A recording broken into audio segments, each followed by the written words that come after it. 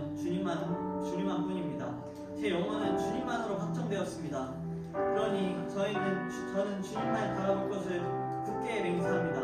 이런 어려운 상황에서도 다윗은 이런 맹세를 하였습니다. 저희도 그런 마음을 가지길 원합니다. 저희 상황이 어렵고 힘들고 고될 때도 주님만을 바라볼 수 있게 도와주시고, 저희의 마음이 주님께 확정이 되고 확정되어서 주님의 믿음의 눈을 떠서 주님만을 바라볼 수 있게 도와주시옵소서.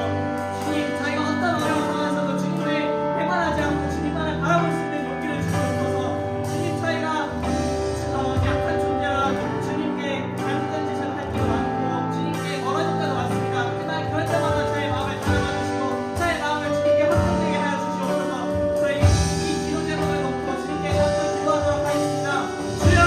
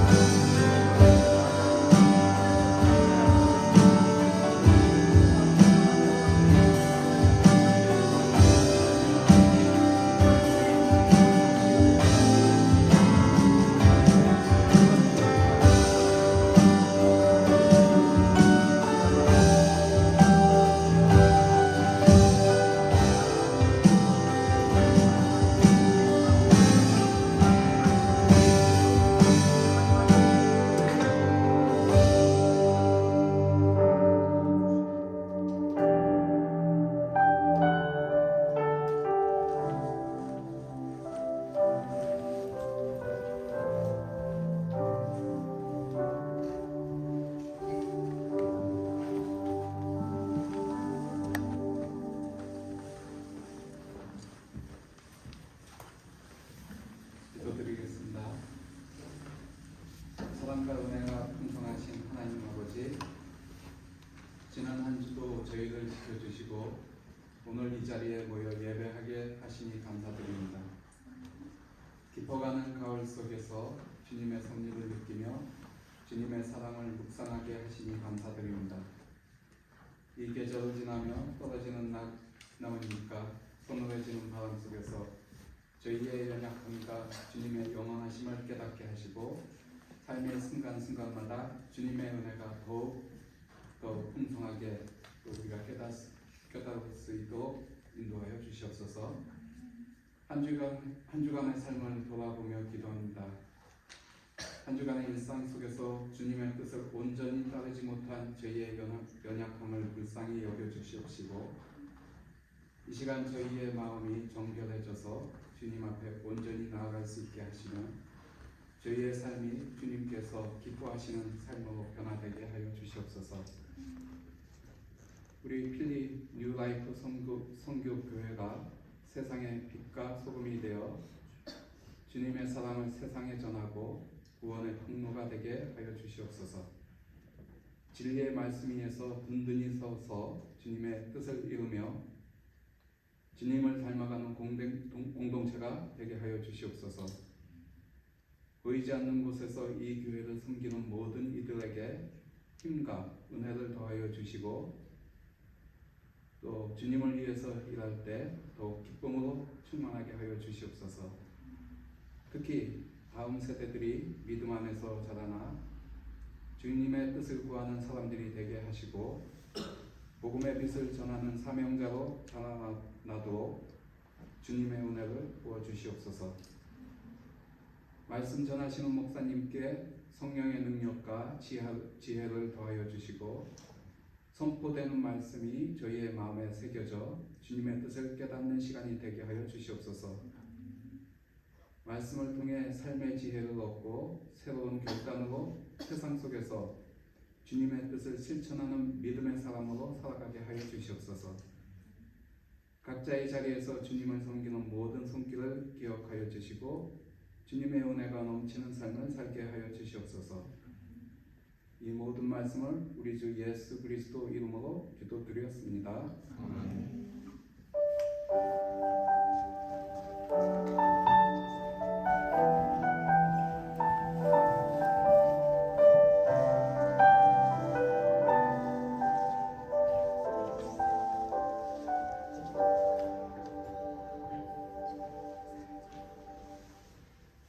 찬송가 268장 죄에서 자유를 얻게 하며 찬양하도록 하겠습니다.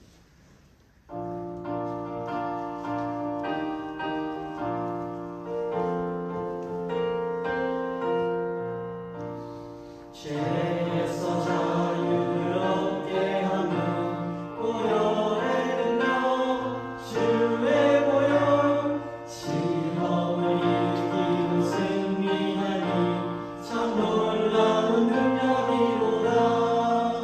주의 보혈 능력이 또다. 주의 피 믿으오. 주의 보혈 매우 귀중한 피로다. 육체의 정욕을 이기는 보혈의 능력 주의 보혈 정결한 마음을 얻게 하니 참 놀라운 능력이로다. 주의 보혈 능력이 또다. 주의 피 믿으오. 주의 보혈 그 어린 양의 매우 귀중한 피로다. 눈보다 더 이게 밝히는 것 보혈의 능력 주의 보혈 구절한 모든 것 밝히시니 참 놀라운 능력이로다. 주의 보혈 능력이 또다. 주의 피 믿으오. 주의 보혈 그 어린 양의 매우 귀중한 피로다. 그 주의 복음을 전할 제목 보혈의 능력 주의 보혈 날마다 나에게 찬송 주니 참 놀라운 능력이로다. 주의 보혈 능력이 또다. 주의 피 믿으오. 주의 보혈 그 어린 양의 매우 귀중한 피로다. 네. 오늘 봉독하실 성경은 출애굽기 15장 6절 12절 말씀입니다. 출애굽기 15장 6절에서부터 12절 말씀입니다. 다 같이 일어나셔서 교차로 봉독하도록 하겠습니다. 여호와여 주의 오른손이 권능으로 영광을 나타내시니이다. 여호와여 주의 오른손이 원수를 부수시니이다. 주께서 주의 능력으로 주를 거스르는 자를 엎으시니이다. 주께서 진노를 당하시니 그 진노가 그들을 지푸라기 같이 사르리이다. 주의 콧김에 물이 쌓이되 파도가 언덕같이 일어서고 큰 물이 바다 가운데 엉키니이다. 온전한 나를 내가 뒤쫓아 따라가다가 산지로 만나니가 내가 그로 말미암아 은혜로 가을 들으리라. 내가 내 칼을 빼리니 내 손이 그들을 멸하리라 하였으나 주께서 바람을 일으키심에 바다가 그들을 덮으니 그들이 거센 물에 낙같이 잠겼나이다. 여호와여 심중에 주와 같은 자가 누구니까. 주와 같이 거룩함으로 영광스러우며 찬송할 만한 이름이 있으며 기이한 일을 행하는 자가 누구입니까? 주께서 오른손을 드신즉 땅이 그들을 훔쳤나이다. 살아계신 하나님의 말씀입니다. 아멘. 오늘 이영희 목사님께서 누구의 손에 잡힐 것인가 라는 주제로 설교해 주시도록 하겠습니다.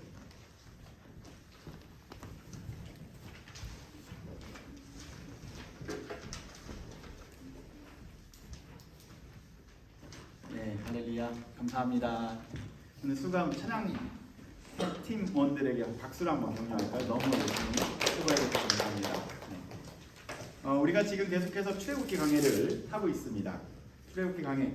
그래서 저번 주에 우리가 제목 보았었던 제목 기억나시나요? 하나님께서 여호와께서 싸우시리라. 누구를 위하여 싸우신 거예요? 여호와께서 누구를 위하여? 당신을 위하여, 우리를 위하여, 그리고 나를 위하여 하나님께서 싸우셨습니다. 그러나 지난주에 싸우시기 전에 어떠한 상황을 마주했었죠? 보니까 앞에는 바다가 가로막고 있었고 뒤에는 군사들이 따라오고 있고 쫓아오고 있는 상황이었었습니다. 바로 앞에가 막혀 있고 뒤로도 못 가는 진퇴양난의 그런 상황 속에서 누가 우리를 대신해서 싸워주신 거죠? 바로 하나님께서 우리를 위해 친히 싸워주셨습니다. 하나님은 몇 점 몇 승이실까요? 100점 100승이에요. 맞아요. 하나님은 단 한 번도 지신 적이 없어요. 상처를 입은 적은 있어요. 그죠? 그 원시복음 그거는 지금 다루진 않고요. 아무쪼록 하나님께서는 단 한 번도 싸움에서 지신 적이 없는 100전 100승의 하나님이셨습니다. 하나님께서 싸우시면 결과는 끝난 거예요. 100% 하나님께서 이기십니다. 이렇게 싸움을 경험한, 그러니까 하나님께서 우리를 대신해서 이기신 그 싸움을 직접 목격한 이스라엘 백성들이 모여서 찬양을 합니다. 하나님께서 우리를 구원하셨습니다. 하나님께서 우리를 대신해서 싸우셨습니다. 그렇게 찬양을 지어요. 가사를 지어요. 함께 찬양을 해요. 200만 명이 하나님의 그 기적을 보면서 걸어가면서 이 찬양을 함께 부르는 거죠. 그 찬양이 어떤 찬양이었을까요? 바로 여러분들과 제가 함께 읽었었던 이 본문이 여호와께서 승리하셨습니다. 여호와께서 우리를 대신해서 싸워서 이기셨습니다에 대한 감사의 찬양의 가사인 거예요. 오, 감동적이지 않아요? 하나님께서 우리를 대신해서 싸워서 이기셨다. 그러한 믿음의 고백과 또한 눈물이 담겨있는 그러한 고백의 찬양이 바로 이러한 오늘 함께 읽었었던 찬양이었습니다. 오늘 이 고백을 통해서 우리 이 본문을 통해서 보이지 않았었던 그 하나님의 손을 여러분들도 발견하시기 바랍니다. 만약에 제가 이 가사를 제목을 진다면, 이 이스라엘 백성들이 그 불렀었던 찬양의 제목을 진다면 하나님의 손이라고 지었을 것 같아요. 하나님의 손. 왜 그런지는 이따 말씀드리도록 하겠습니다. 제가 미국에 와서 제일 깊었었던 적이 있었어요. 제일 시원했었던 적. 샤워 말고 언제 제일 시원했었을까요? 이게 좀 믿음이 없는 거일 수도 있는데, 인간적일 수도 있는데, 저희 동네에서 H마트를 가려면 그 젠킨타운이라는 도시를 지나가야 돼요. 젠킨타운. 젠킨타운은 지나갔다가 돌아오는 길이었는데요. 어떤 차가 스포츠카처럼 생긴 차예요. 윙 해서 저희 앞에를 훅 하고 들어가는 거예요. 저희 차에는 누가 타 있는 거죠? 예? 우리 자녀들도 타 있고 아내도 타 있고 저도 타 있는 거예요. 운전해 보셔서 아시겠지만 어때요? 화나요? 화 나지 않아요? 화나죠? 이게 훅 하고 들어온 거예요. 그런데 미국은 한국처럼 쫓아갈 수는 없겠더라고요. 아니, 한국에서 쫓아다녔냐? 그건 아니겠지만 그냥 속으로 너무 화가 났었어요. 화가 났었는데 속으로 이랬죠. 저러다가 이제 사고 난다. 그러면 안 되는데 그렇게 속으로 이렇게 생각을 하고 있었어요. 그런데 1분 정도 지나서 딱 갔는데 우리 앞에 쑥 하고 온 차가 어떠한 상황이 펼쳐졌는지 아시나요? 사고 난 건 아니에요. 그렇게 나쁘지 않아요. 사고 난 건 아니고 그 차가 누구에게 잡혀 있었냐면 경찰에게 잡혀 있었던 거예요. 이러면 안 되는데 제가 속으로 할렐루야. 와, 그러면 안 되죠. 근데 속 시원하지 않아요? 저는 아직도 그게 가장 미국에 와서 3년 지나면서 가장 행복한 시간 아니었지만 속이 시원했었던 시간이었습니다. 사람마다 살면서 용서하기 좀 어려운 사람이 있어요. 아직 그런 사람을 못 만났을 수도 있겠지만 참 시간이 가면 갈수록 용서하기 어려운 사람을 만날 때도 있습니다. 있어요. 제가 제자훈련도 많이 해봤잖아요. 제자훈련 할 때마다 그 나이를 불문하고 모든 사람들은, 대부분의 사람들이 용서하지 못하는 사람들이 있더라고요. 회사 생활 하시는 분들은 김 부장님, 김 과장님, 이 부장님, 이 과장님, 용서하지 못한다고 얘기를 하고, 군대 생활하면서도 용서하지 못할 만한 사람이 있었나요? 있었죠? 아, 많이 있었어요. 네, 지금도 그 사람의 얼굴이 딱 떠오르면 화가 나죠. 딱히 안 나요. 아, 그래요? 역시 마음이 좀 좋으시네요. 이렇게 사회생활 하다 보면, 회사 생활 하다 보면, 학교 생활 하다 보면 이렇게 좀 용서하기 좀 어려운 친구들도 있죠. 조금 나를 좀 못되게 못되게 나에게 대한다든지, 조금 힘으로 밀어서 힘들게 한다든지, 그러한 친구들도 있을 것입니다. 이렇게 사람마다 각자의 삶의 터전에서 용서하지 못할 만한 사람이 꼭 한 명 정도는 있는 것 같습니다. 심지어는 교회 안에서도 싸우는 모습을 봤어요. 특히 이민교회에서는 서로 이렇게 많이 싸우는 모습을 보면서 마음이 좀 아프기도 했었습니다. 뿐만 아니라 얼마 전에 한국과 파라과이가 축구를 해서 이겼어요. 누가 이겼죠? 파라과이가 이겼나요? 한국이 이겼죠? 파라과이. 한국이 이겼죠. 얼마 전에 파라과이랑 한국이랑 해서 축구 안 좋아하시군요. 이겼어요. 한국이. 기억이 안 나는데. 아, 그래요? 한국이 이겼어요. 한국이 이겼는데, 그런데 그 동시에 일본과 브라질이 했어요. 누가 이겼는지 알아요? 일본이. 일본이 이겼어요.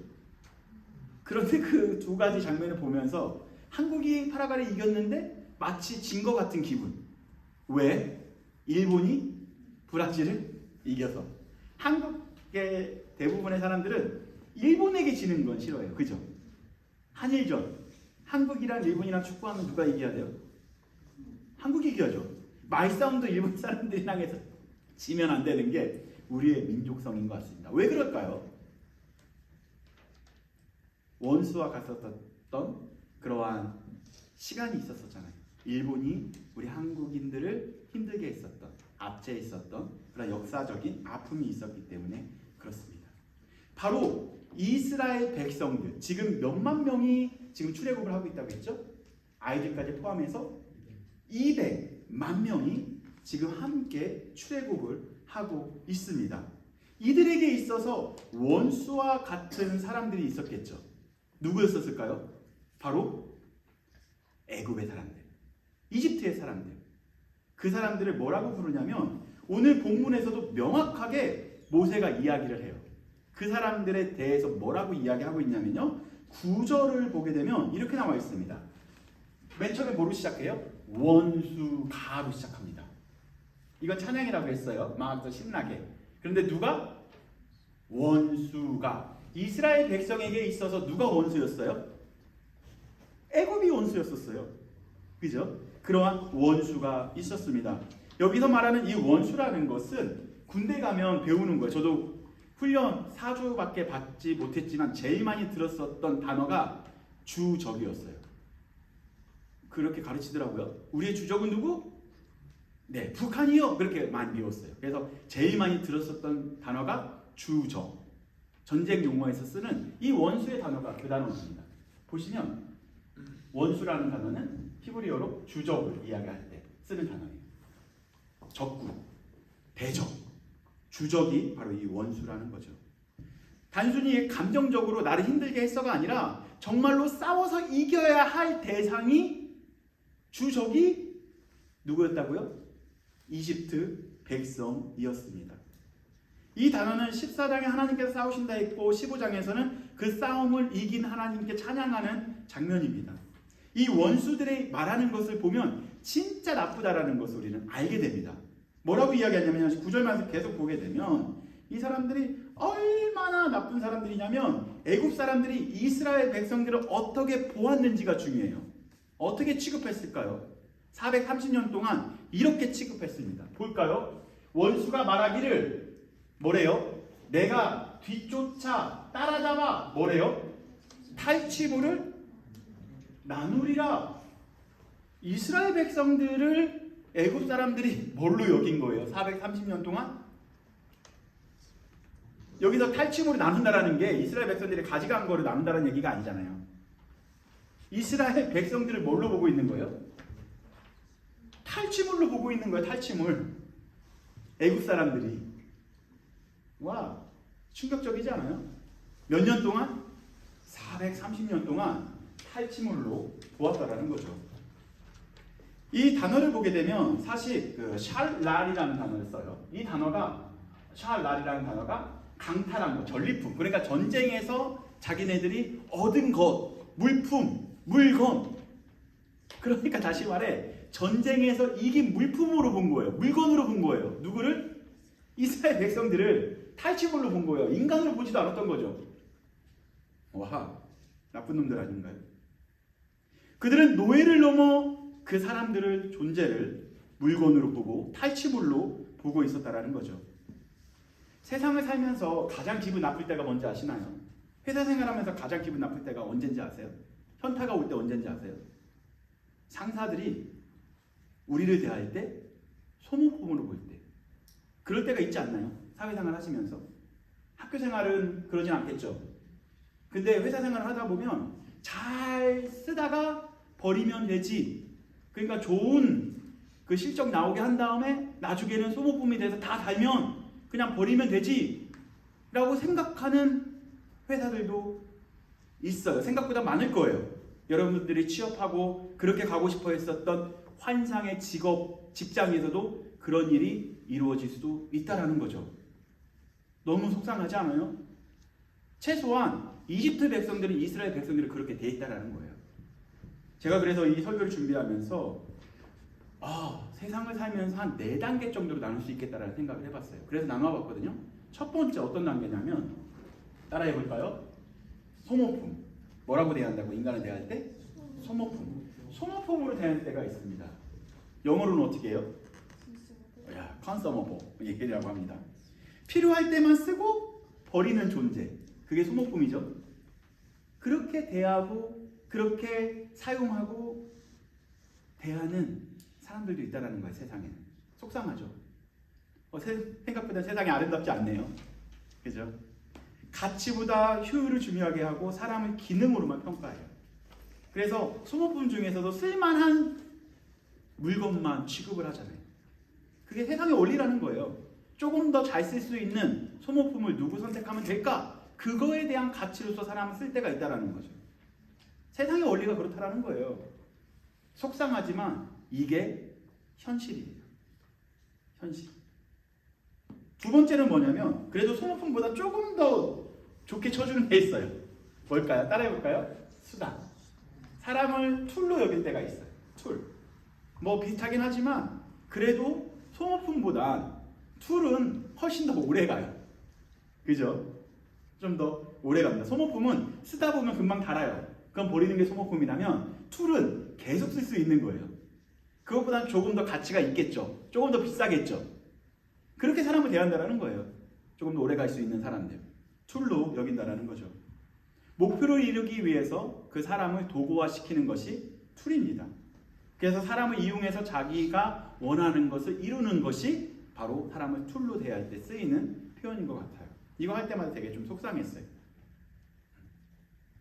여러분들 사람을 대할 때 툴로서 소모품으로 대하면 안 됩니다. 최소한 그 다음 단계로 대해야 하고 그 다음 단계에 사람이 또한 되어야 하기도 하죠. 세 번째 단계 볼까요? 세 번째 단계. 동역자. 따라해볼까요? 동역자. 코워커. 함께하는 코워커. 함께 일하는 존재. 좋은 동역자가 될 수도 있지만 그냥 함께 일하는 사람이 될 수도 있어요. 비즈니스 관계가 될 수도 있고 혹은 마음을 나누는 동역자가 될 수도 있어요. 그래서 그거를 디테일하게 나누진 않았습니다.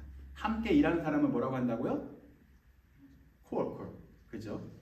관계는 있지만 그래도 코워커는 어떠한 비즈니스적인 부분을 달성하기 위해서 관계를 맺는 것이 코워커죠. 동역자 혹은 일하는 파트너라고 볼 수 있겠습니다. 최소한 이 정도의 존재로서의 인정을 받아야 되는데 그게 세 번째 단계라면 사실상 네 번째 단계는 어려워요. 그렇게 대하기가. 네 번째 단계 어떤 거냐면 따라해볼까요? 목적. 그러니까 수단도 아니고 동역자 이상의 관계. 존재 자체가 귀한 사람. 이런 사람이 있을까요? 부모가 된 우리는 누가 우리가 살면서 누가 우선순위가 되죠? 어쩌면 자녀들이 하나의 목적이 되지 않나요? 그죠? 그래서 목적은 존재 자체가 귀한 사람입니다. 하나님께서는 우리 사람을 만드셨을 때 수단으로 만드지도 않았고요, 툴로서 만드지도 않았고요, 동역자로도 만드시지 않으셨고요. 동역자 이상이죠. 또한 뭐가 있었을까? 첫 번째, 소모품으로 만들지 않았다라는 거예요. 바로 하나님의 목적으로 지은 바 된 사람이 우리인 거예요. 할렐루야. 여러분들은 하나님의 목적이에요. 하나님의 귀한 주의 자녀라는 거죠. 얼마나 존귀한 존재입니까? 그러한 백성들이 세상에 나가니까 어떻게 전락해버리게 된 거예요? 소모품화가 되어져 가고 있는 거죠. 자녀가 그렇게 산다고 생각했었을 때 얼마나 부모된 입장에서 마음이 아플까요? 이 마음을 글로 쓴 것이 오늘 여러분들과 나눈 이 말씀입니다. 너희들은 나의 목적이야, 소중한 존재야, 나의 자녀야. 그런데 왜 그곳에서 그렇게 소모품으로 아파하며 그렇게 살아가고 있는지 너무 아프다. 그게 이제 출애굽기 전체에 대한 내용이라는 거죠. 그러나 이스라엘 백성들을 애굽 사람들은 탈취물로 봤다라는 거예요. 소모품보다 더 밑에 단계, 1, 2, 3, 4단계가 아니라 0단계 탈취물. 전쟁에서 얻은 당연한 물품. 사실 그런데 애굽에게 가장 큰 좋은 역할을 한 사람이 요셉이었잖아요. 가뭄에 있었을 때 정말 정치적으로 경제적으로 가장 큰 도움을 주는 사람이 요셉의 가정이었어요. 근데 시간이 지남으로써 그렇게 탈취물로 여기면서 그들을 자기 마음대로 사용했다라는 거죠. 그게 세상의 원리입니다. 그 사람들 탈취물을 이렇게 나눈 목적은 또 무엇일까요? 그들이 이렇게 얘기한 거예요. 원수들이 뭐라고 얘기했냐면요, 빨리 가서 그들을 잡아서, 탈취물을 잡아서 우리끼리 나누자. 그 다음에 목적어가 나와요. 무엇을 하기 위하여? 그들의 숨겨진 목적이 그 다음에 나온다라는 거죠. 탈취물로 잡는 이유가 뭘까요? 탈취물을 잡는 이유, 그들 잡는 이유는 그 다음에 나옵니다. 다 같이 읽어볼까요? 아닙니다. 아까 그 구절입니다. 네, 다 같이 읽어보겠습니다. 시작. 원수가 말하기를 내가 뒤쫓아 따라잡아 탈취물을 나누리라. 내가 그들로 말미암아 내 욕망을 채울 것이다. 와, 나쁜 놈 중에 이런 나쁜 놈이 어디 있어요? 그죠? 자기의 욕망을 채우기 위해서 이스라엘 백성들이 200만 명을 다시 잡으러 가는 거예요. 탈취물을 다시 잡으러 간다라는 거죠. 자기의 욕망을 채우기 위하여 이스라엘 백성을 잡으러 가고 있습니다. 그들은 지난 우리가 그 출애굽기 강해를 봤었을 때 신도 몇 개의 신 이상을 만들었죠. 자기네들을 위하여 10개의 신 이상을 만들었어요. 자기들을 위하여. 뿐만 아니라 자기들의 욕망을 위하여 이스라엘 백성들을 어떻게 삼은 거예요? 노예 삼은 거예요. 노예를 넘어 탈취물로 여기면서 그들을 마음대로 자기가 사용했다라는 거죠. 속상하죠? 속상해요. 그래서 제가 이 사람들을 뭐라고 표현했냐면 세상에서 가장 나쁜 놈이라고 표현했어요. 예. 여러분도 주변에도 이런 사람이 있나요? 세상에서 가장 악한 마음인데 자기가 자기 소유가 안 되면 남의 것도 안 되게 하려는 마음에 있는 사람. 그러니까 이거 참 표현하기가 어려운데 자기가 먹지 못하는 빵 남 주기는 싫은 거. 그죠? 자기가 배부르다고 그 빵을 어떻게 하는 거예요? 어떻게 하는 거죠? 남을 못 주는 거. 그죠? 자기 소유물이 다른 소유물이 되는 것이 용납되지 못하는 사람들. 그 사람들이 제일 나쁘죠. 우리도 그런 마음이 있기도 해요. 그래서 어떻게 하냐면요. 자기 소유가 안 되니까 남의 소유가 되지 않게 하는 사람. 자기 소유가 되지 못하면 그들은 그냥 어떻게 했는지 그 다음에 나옵니다. 그들이 탈취물을 이렇게 다시 잡지 못하니까 우리가 더 이상 그들을 잡지 못하면 어떻게 할까 고민하다가 다음과 같이 하자라고 결단을 하죠. 볼까요? 무서워요. 내가 욕망을 채울 것이다. 어떻게 된대요? 그렇게 못한다면 어떻게 되는 걸까요? 내가 내 칼을 빼리니. 그죠? 어떻게 한대요? 내 손이 그들을 멸할 것이다. 와, 세상에 이렇게 나쁜 사람이 있어요? 이 탈취물을 멸하기 위해서 그들이 선택한 방법, 저번 주에 읽었어요. 14장 7절 말씀 한번 읽어볼까요? 그들이 이 탈취물을 다시 자기 욕망을 채우기 위해서 선택한 것이 바로 이겁니다. 특수부대 600대와 전국의 병거를 다 동원시켜서 그들을 잡게 하는 것이 그들의 전략이었어요. 볼까요? 14장 7절 시작! 선발된 병거 600대와 애굽의 모든 병거를 동원하니 지휘관들이 다 거느렸더라. 뭐래요? 600대의 어떤 부대냐면 특수부대예요. 특수부대와 모든 병가라는 건 여러분들 병가가 아니고 병거는 말이 두세 마리 있는 거 전차부대 알죠? 모든 전차부대를 다 동원시킨 거예요. 병거부대를. 그러니까 두세 마리가 그거를 끌어야 빨리 갈 수 있잖아요. 기동성을 위하여.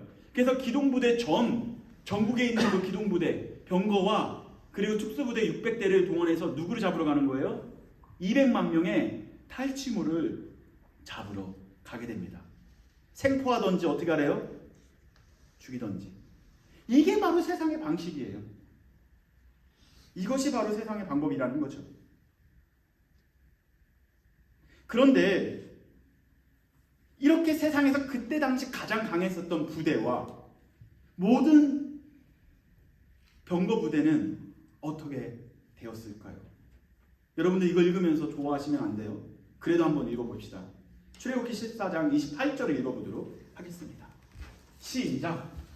물이 다시 흘러 병거들과 기병들을 덮되 그들의 뒤를 따라 바다에 들어간 바로의 군대를 다 덮으니 하나도 남지 아니하였더라. 누굴 멸하러 가는 거예요? 이스라엘 백성들을 멸하러 간 거예요. 근데 결과적으로 하나님이 싸우시니까 어떻게 된 거예요? 오히려 그들의 매장지가 돼버린 거죠. 그들의 모든 병거부대가 하나도 남지 않았고요. 여기서 기병이라는 것은 특수부대에서 선발된 사람들을 이야기하는 거겠죠. 말 타고 다니는 사람들. 그죠? 그런 애굽의 모든 기병들과 병거들이 어떻게 됐대요? 다 모조리 심판받았다라고 이야기하고 있습니다. 여러분들 기분 좋아야 될까요? 아니면 안타까워야 될까요? 우리 인간이에요. 원수와 같은 사람이 이렇게 하나님께 심판을 당했대요. 애매하죠? 저는 좋아요. 목사가 그러면 안 되는데. 그런데 기분이 좋아요. 원수와 같은 사람이 이렇게 심판받았다는 것이 얼마나 저에게는 너무 시원한 표현이었습니다. 그래서 오늘 이 본문을 보면서 오늘 찬양과 고백에서 다음과 같은 가사를 만들어서 곡을 만든 것이 오늘 여러분들과 읽었었던 내용입니다. 바로 뭐냐면 10절에 보니까 이렇게 나와 있었어요. 이 장면을 보고 그 모든 부대가 다 하나님께 심판을 당했을 때 그들이 불렀었던 찬양이 이거라는 거죠. 다 같이 읽어보겠습니다. 다 같이 찬양해 보겠습니다. 시작! 주께서 바람을 일으키시니 바다가 그들을 덮으니 그들이 겉샘물에 낚같이 잠겼더라. 이것은 하나님께서 싸우셔서 이기신 이후에 그들이 찬양했었던 내용입니다. 뭐라고요? 바람을 일으키시네. 바다가 누구를 덮었다고요? 그들을 덮었다라고 이야기합니다. 여기서 바람은 뭐냐면요, 히브리어로 따라해볼까요? 루아흐예요. 뭐라고요? 루아흐. 따라해볼까요?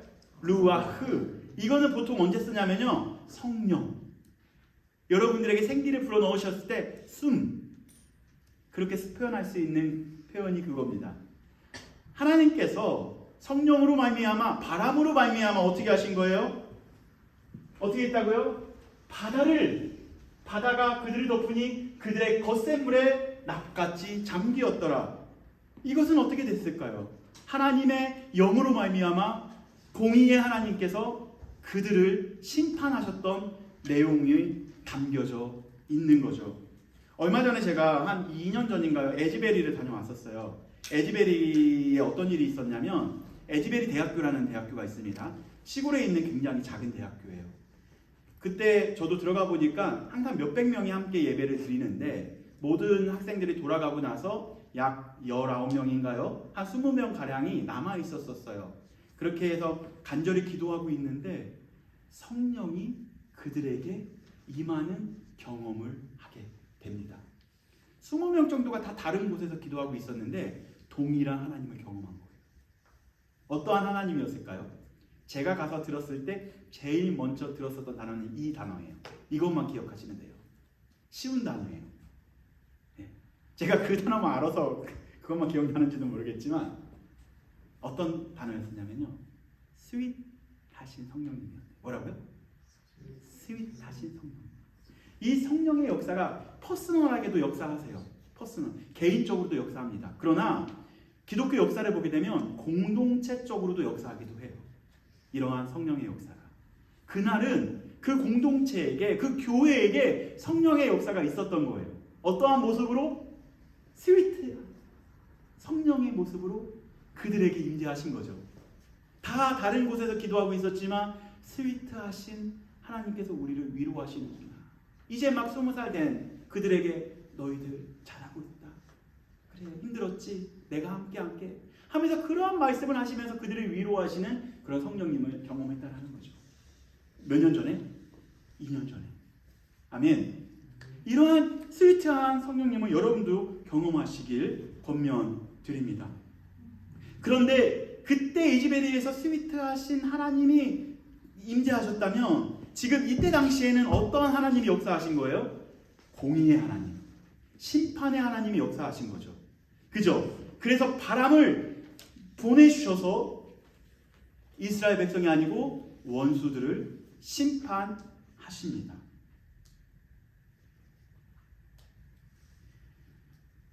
우리가 공의의 하나님, 심판의 하나님으로 그때 당시 임했지만 동시에 이스라엘 백성에게는 어떠한 하나님으로 그들은 경험한 걸까요?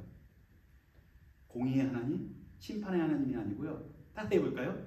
스위트하신 하나님. 스윗하신 하나님을 경험하신 거예요.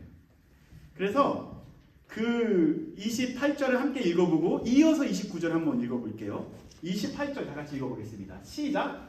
물이 다시 흘러 병거들과 기병들을 덮되 그들의 뒤를 따라 바다에 들어간 바로의 군대를 다 덮으니 하나도 남지 아니하였더라. 여기까지는 뭐예요? 여기까지는 심판의 하나님을 경험한 거예요. 그러나 그 다음에 바브 전화법이 나옵니다. 역전의 접속사가 나와요. 다 같이 읽어볼까요? 시작! 그러나 이스라엘 자손은 바다 가운데를 육지로 행하였고 물이 좌우에 벽이 되었더라. 아멘. 뭐라고요? 어떻게 되었다고요? 육지로 행하였더니 물이 좌우에 뭐가 됐대요? 벽이 되었대요. 이거를 이미지에 두고 오셔야 돼요. 그런데 뭐로 시작을 하냐면 따라해볼까? 그러나 심판의 하나님이신데 바브전화법 이 단어가 이렇게 나옵니다. 이 히브리어는 많이 나와요.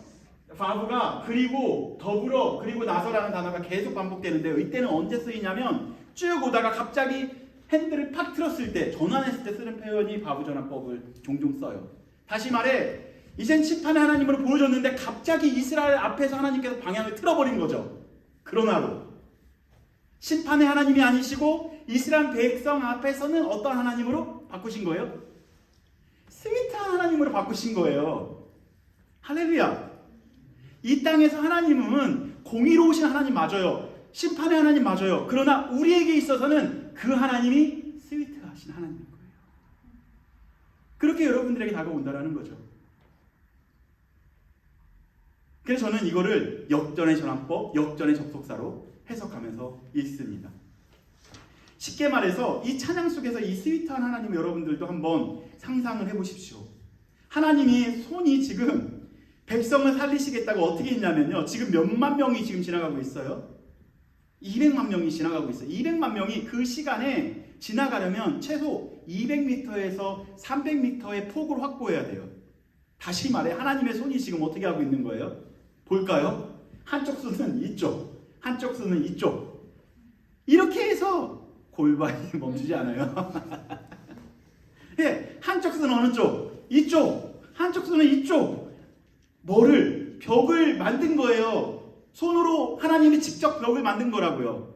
그래서 골반이 멈추지 않아요. 그렇게 하고 계신 스위트하신 하나님이 그곳에서 임재하셨다고요.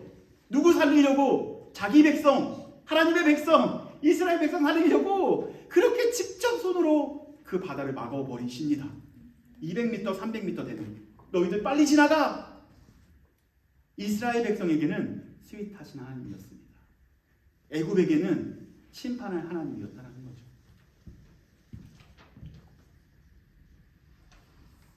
여러분들을 탈취물로 보고 하나님의 백성을 자신의 소유로 삼으려고 했었던 그들은 어떻게 되었냐면 공의로서 심판을 받게 됩니다. 이스라엘 백성들은 애굽 사람들이 경험하지 못한 그런 스페셜 그레이스와 슈퍼내추럴한 일반 은총이 아니라 특별 은혜와 은총을 경험하게 되죠. 여러분들을 탈취물로 보고 여러분들을 소유물로 삼으려고 했었던 그들을 어떻게 하셨냐면 바로 하나님의 손으로 여러분들을 인도하십니다. 오늘 찬양 가사가 어떻게 시작을 하냐면요, 6절과 12절만 한번 볼까요? 그래서 제가 하나님의 손이라는 제목을 지은 거예요. 6절이 처음이고 12절이 끝이라면 여러분들은 어떻게 그 가사의 제목을 붙이겠습니까? 6절 읽어보겠습니다. 시작. 여호와여 주의 오른손이 권능으로 영광을 나타내시니이다. 여호와여 주의 오른손이 원수를 부수시니이다. 뭐가요? 주의 오른손이. 아멘. 12절이 어떻게 끝났을까요? 12절이 이렇게 끝났습니다. 시작. 주께서 오른손을 드사 땅이 그들을 삼켰나이다. 아멘. 하나님의 손이 양쪽 벽을 막고 이스라엘 백성을 구원하신 거죠.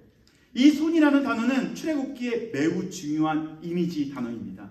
계속해서 손이 나오고 반복되고 있습니다. 이스라엘 백성들은 사실 어디에 있었냐면요, 바로의 손 아래에 있었습니다. 그잖아요. 그리고 이스라엘 백성들은 애굽의 손에 붙잡혀 살고 있었습니다. 그렇죠. 그리고 이스라엘 백성들은요, 세상의 노예로, 그들의 노예로 살면서 그들의 손에 의해서 채찍질을 맞으며 하루하루 살고 있었다라는 거죠. 그들은 그들의 손에 의하여 고통을 받으며 하루하루 살고 있었습니다.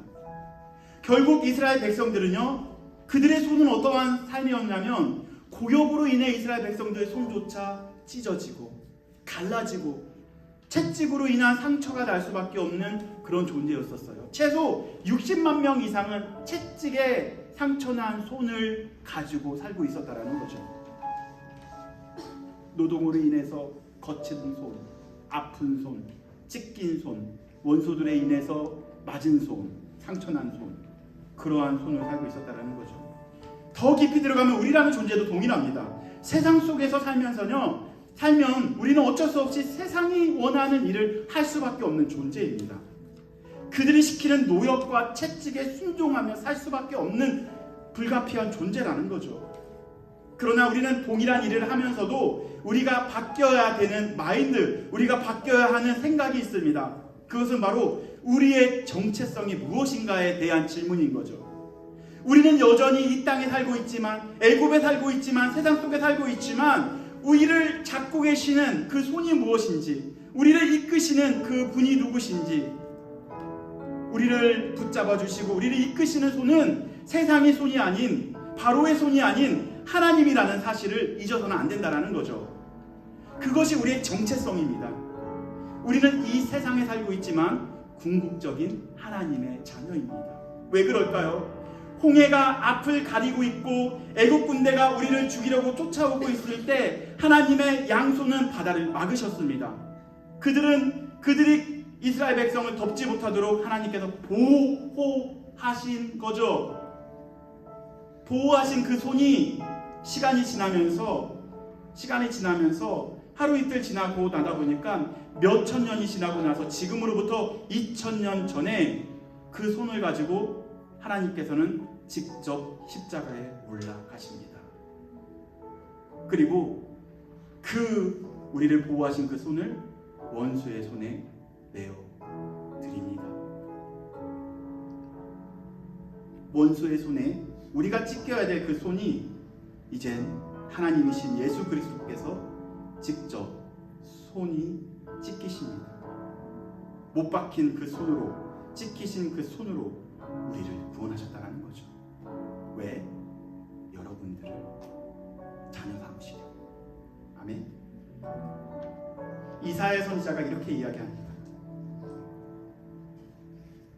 그가 찔림은 우리의 허물 때문이요 그가 상함은 우리의 죄악 때문이라. 그가 징계를 받음으로 우리가 평화를 누리고 그가 채찍에 맞음으로 우리가 나음을 받았도다. 홍해를 막으셨던 그 손으로 십자가에 올라서 친히 그 손을 찢기십니다. 왜? 더 이상 너희들 손 찢기지 말라고. 아멘. 그게 구원의 하나님인 거예요. 네. 이제는 부족하지만 우리의 손을 하나님께 올려드리는 건 어떨까요? 우리의 손은 아직도 멀쩡해요. 그렇죠? 왜 멀쩡할까요? 예수 그리스도께서 지키셨기 때문에 우리는 멀쩡할 수 있는 거죠. 이제 이 손을 하나님 앞에 올려드리면 좋겠습니다. 지금 이 시간에 잠깐 기도할 텐데 하나님, 지금 이 시간에 우리가 다 같이 손을 높이 하나님께 올려드리고 이 손 붙잡아 달라고, 하나님께서 붙잡아 달라고. 우리의 인생이 세상에 붙잡힌 바 된 삶이 아니라 하나님께 붙잡힌 바 된 그러한 자녀로 살아가게 해달라고, 그러한 인생으로 살아가게 해달라고. 우리가 두 손을 높이 들어 하나님 앞에 높이 들어 우리 함께 기도하는 시간을 갖도록 하겠습니다. 우리 다 같이 두 손을 높이 들어 하나님께 기도하면 좋겠습니다. 지금 이 시간에 이게 참으로 어려운 거예요. 부끄러운 거예요. 상관없습니다. 그러나 우리의 손을 하나님께서 붙잡아 달라고 함께 두 손을 높이 올려들어 기도하고 찬양하는 시간을 갖도록 하겠습니다. 함께 통성으로 기도합니다. 주님, 지키신 손으로 우리를 구원하셨습니다. 그 손 우리가 붙잡고 끝까지 살아낼 수 있는 우리의 인생 되게 해달라고 주여 한번 부르시고 기도하겠습니다. 주여,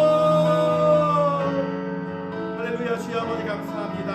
하나님, 이스라엘 백성들이 경험한 그 스윗한 하나님을 우리가 경험하기 원합니다. 원수는 우리를 죽이려고 오지만 예수 그리스도는 우리를 살리려고 하나님 십자가에 올라가심을 우리가 보게 됩니다. 하나님, 원수와 달리 예수 그리스도를 보게 하여 주시옵소서. 다시 한번 스위트하신 하나님, 다시 한번 우리를 위로하신 하나님, 우리를 다시 한번 살리시는 그 하나님을 경험할 수 있는 우리 모두 되게 하여 주시옵소서. 우리의 손을 높이 올려드립니다. 우리의 손을 붙잡아 주시옵소서. 우리의 손을 하나님 아버지 정말로 붙잡아 주시고 함께 정말 주님과 동행하기 원하는 역사하여 주시옵소서.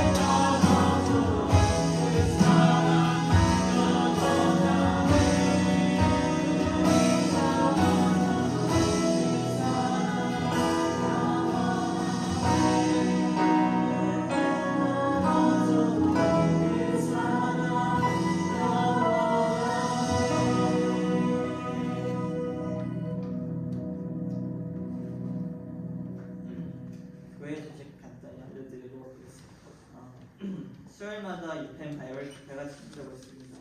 장소는 UCT 월십방을 통해서 항상 공지하고 있으니 많은 관심 부탁드립니다. 또한 진행되는 모든 과정을 위해서 기도와 동참 부탁드립니다. 지금 계속 출애굽기 강의가 진행되고 있습니다. 내일 말씀 묵상과 기도에 힘쓰는 저희 펠리 드라이브 선교교회 사운드분들이 되게 고마워합니다. 참고로 11월 23일은 추수감사 주일입니다. 각자 주님께 감사하는 마음을 가지고 추수감사 주일을 내시길 바랍니다. 또한 오늘 민경진 지사님께서 저희 신교를 위해서 피자를 준비해 주시다고 합니다. 민경진 지사님께 다시 한번 감사드립니다. 그러면 저희 하나님의 사랑이 찬양하면서 서로 축복하도록 하겠습니다.